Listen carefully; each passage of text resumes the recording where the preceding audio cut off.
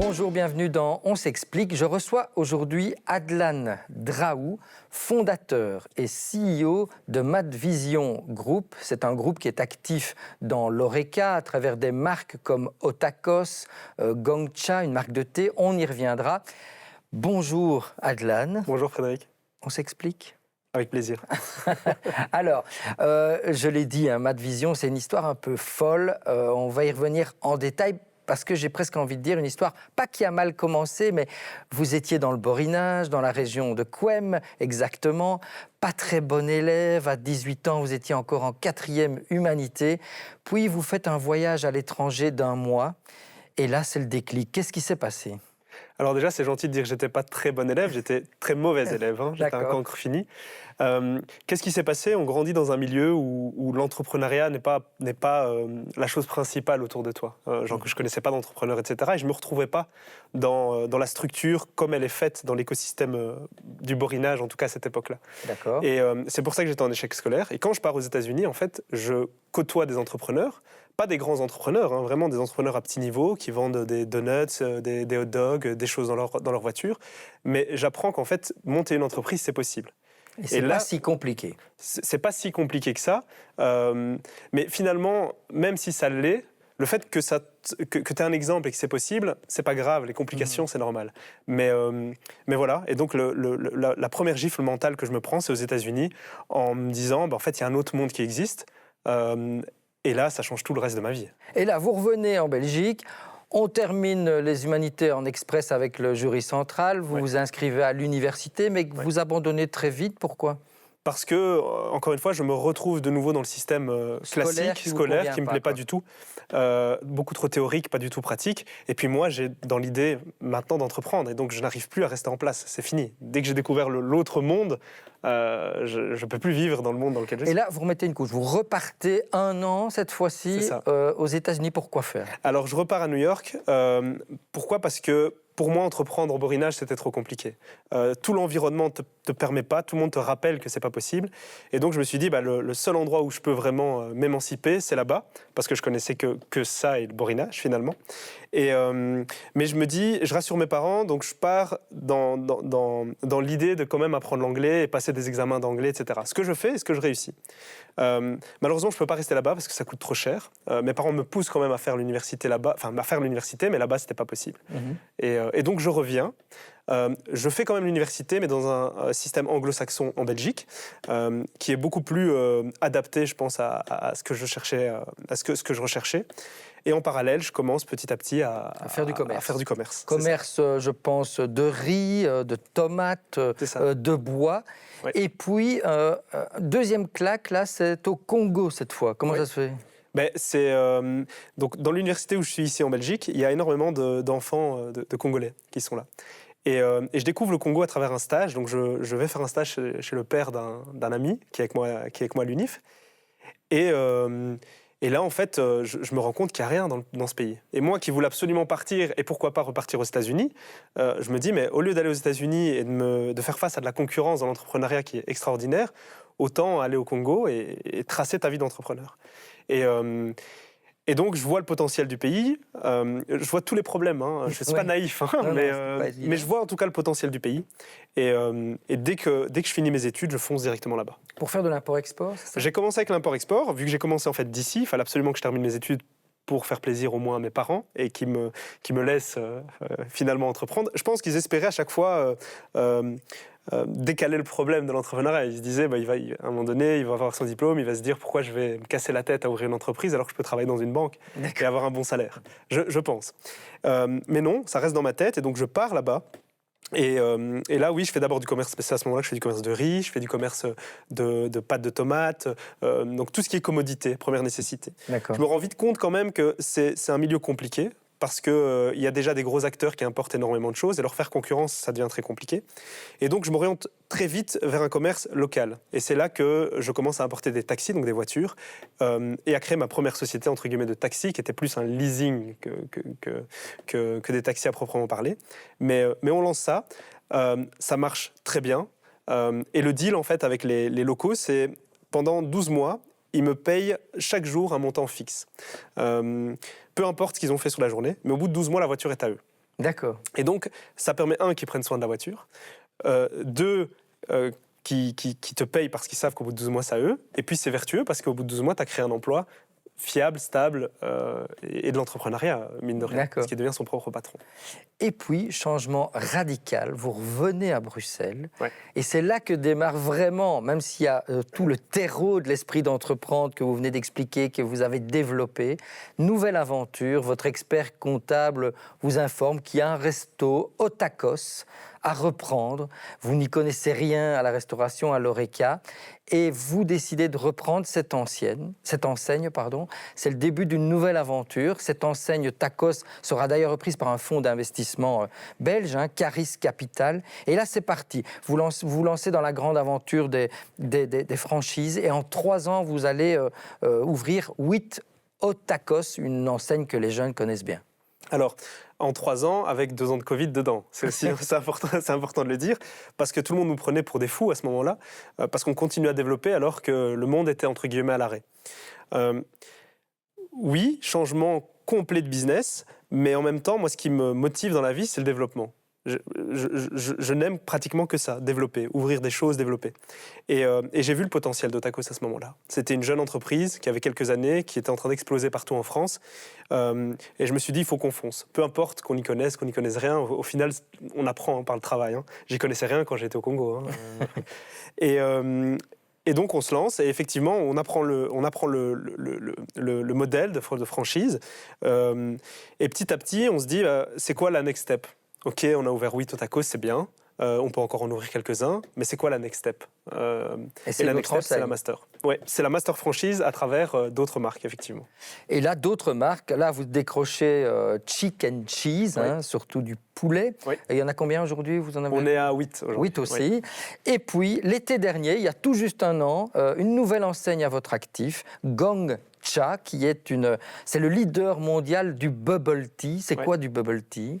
Alors, c'est le leader mondial du thé premium. Le bubble tea, c'est une des catégories. D'accord. Donc, il est au thé ce que Starbucks est au café. D'accord. Le bubble tea, c'est quoi ? C'est une base de thé, vert, thé noir, etc., qu'on agrémente avec ce qu'on appelle des bubbles ou des graines de tapioca. Oui, c'est des goûts un peu différents, fruités, plutôt sucrés, chocolatés, etc. Et ça appartient à qui ? Et il y en a combien dans le monde aujourd'hui ? Alors, Gong Cha, aujourd'hui, donc ça a été créé à Taïwan, mais ça a été développé en Corée du Sud. Mais aujourd'hui, ça appartient à un gros fonds d'investissement américain. Aujourd'hui, dans le monde, il y en a plus de 2000 et ils sont dans 27 pays, si je ne dis pas de bêtises. Et vous avez décroché la franchise pour le Benelux, c'est ça ? Pour le Benelux, la France, l'option sur l'Espagne et le Maroc, qu'on attaque là avant fin d'année, avec une ouverture à Casablanca. Bravo. Et donc en Belgique, vous en avez combien alors maintenant ? En Belgique, on en a ouvert 8. 8. En France, on a 2. Mais quel projet de développement en France ? Alors 200 sur 10 ans. 200 sur 10 ans. Oui. 200 sur 10 ans. C'est un engagement contractuel que vous avez pris ? Ouais. C'est pas la folie des grandeurs ? C'est pas du tout la folie des grandeurs. Il y a 1400 McDonald's en France, plus de 400 Starbucks, 200 ou 300 Burger King.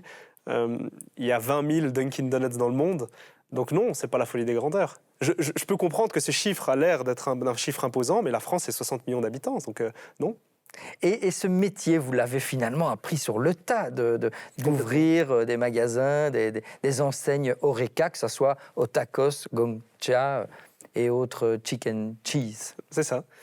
Mais tout s'apprend sur le tas. Finalement, dans l'entrepreneuriat, le mécanisme est toujours le même. Aujourd'hui, on fait de la franchise. Hier, je faisais du bois et des taxis. Demain, je peux faire du triage de déchets. Je veux dire, c'est pas... encore une fois, l'apprentissage fait partie de l'entrepreneuriat. Et si on attend de connaître et de maîtriser un process pour se lancer, alors vaut mieux être prof à l'UNIF. Mais sans aucun jugement de valeur. Mais je veux dire, si on veut être expert dans un domaine, il ne faut pas faire de l'entrepreneuriat. L'entrepreneuriat, c'est pas ça. C'est connaître un peu de tout, engager des experts. Bien s'entourer. Bien s'entourer. Mais on n'a pas besoin d'être expert en tout. Mmh. Alors, jolie success story, on va le rappeler. Quand même, votre chiffre d'affaires, il avait déjà atteint les 6 millions l'année passée, 2022. Oui. Là, vous allez terminer 2023 avec 10 millions de chiffre d'affaires. Oui, on va dépasser les 10 millions. Ce qu'il faut comprendre, c'est que ces 10 millions que fait le groupe je n'inclus pas les chiffres d'affaires des franchisés. Si on les incluait, on serait plutôt autour de 15. D'accord, ok. Et avec quels objectifs de croissance maintenant? Vous avez parlé de vos ouvertures, mais vous voyez le chiffre d'affaires de Madvision exploser dans quelle proportion dans les 5-10 ans qui viennent? Mon objectif personnel, c'est d'amener vraiment la valorisation au milliard d'euros. C'est vraiment c'est l'objectif. Je pense qu'on va y arriver. C'est simple. Quand on regarde les valorisations dans la tech, dans l'industrie dans laquelle je suis, le développement est aussi fort. On peut aller dans plein de pays, on peut faire plein de marques, et avec la force de développement des franchisés, on peut développer plein de points de vente.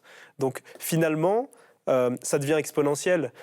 Passer de 1 à 30 restaurants, c'est pas plus dur que de passer de 30 à 200 et de 200 à 1000. Parce qu'en fait, au plus tu fais grandir ton parc de franchisés, au plus ton potentiel d'ouverture est important. Et quand on a compris ça, on peut démultiplier très facilement.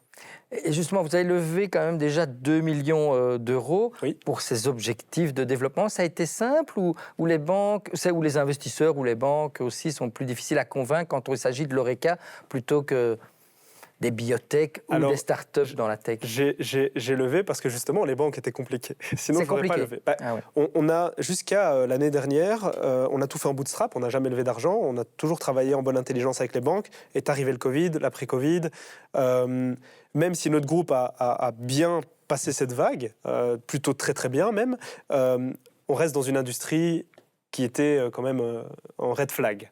Et donc les banques nous ont dit, attendez, on regarde les 6 prochains mois ou 7 prochains mois, et dans 6 mois, si tout va toujours bien, on finance. On n'a pas accepté ça. Donc on s'est dit comment on fait pour continuer à développer. Et l'idée est venue de lever des fonds. Ça n'a pas été compliqué, pour être honnête. Je sais que ce n'est pas le cas pour tout le monde.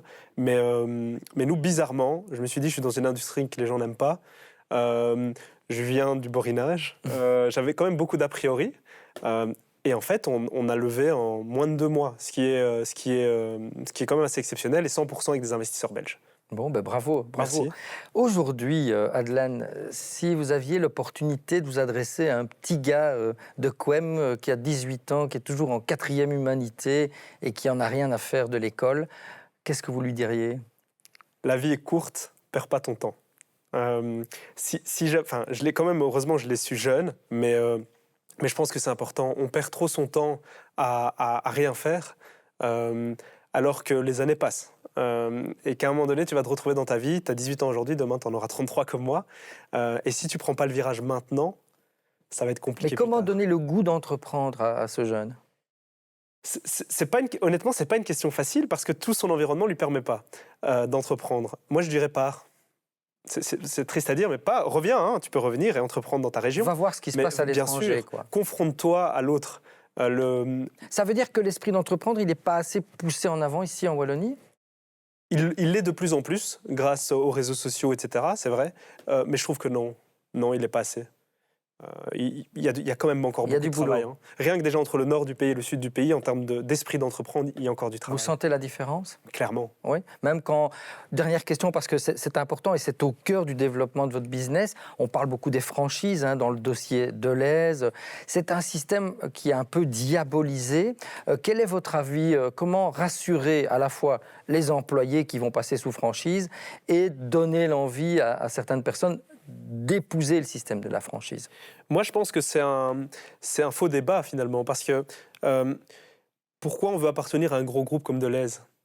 Quand tu es sous franchise, ton patron, tu le connais directement, tu peux discuter avec lui, tout le monde est humain, finalement. C'est quand même beaucoup plus simple de discuter avec ton patron en direct d'une petite PME, donc le Delhaize du coin, que d'aller discuter avec les ressources humaines d'un groupe comme Delhaize. Je ne dis pas qu'ils ne sont pas bien, les ressources humaines d'un groupe comme Delhaize, j'en sais rien, mais c'est quand même plus simple d'aller discuter avec un entrepreneur avec qui tu as contact tous les jours, avec qui tu travailles, parce qu'il ne faut pas croire que quand on est franchisé Delhaize ou autre, on est un groupe comme Madvision, où on a envie de construire un groupe comme Madvision. La plupart des franchisés, ils ont 1 ou 2 points de vente, donc ils sont très accessibles, c'est beaucoup plus familial. Et finalement, les lois en Belgique, elles te protègent au niveau du salaire, donc tu n'es pas moins bien payé, loin de là. Donc il faut dédiaboliser. Complètement. Complètement, il ne faut pas avoir peur. C'est le changement qui fait peur. Ce n'est pas le fait de passer en franchise. Je pense que ça fait peur parce que ça fait 20-30 ans que les travailleurs travaillent pour la même boîte. Il faut oser le changement. Complètement. Et vous l'avez osé avec cette magnifique histoire de Mad Vision. Merci. Adeline d'être venu sur le plateau de On s'explique. Et nous, on se retrouve la semaine prochaine avec un nouvel invité. Au revoir.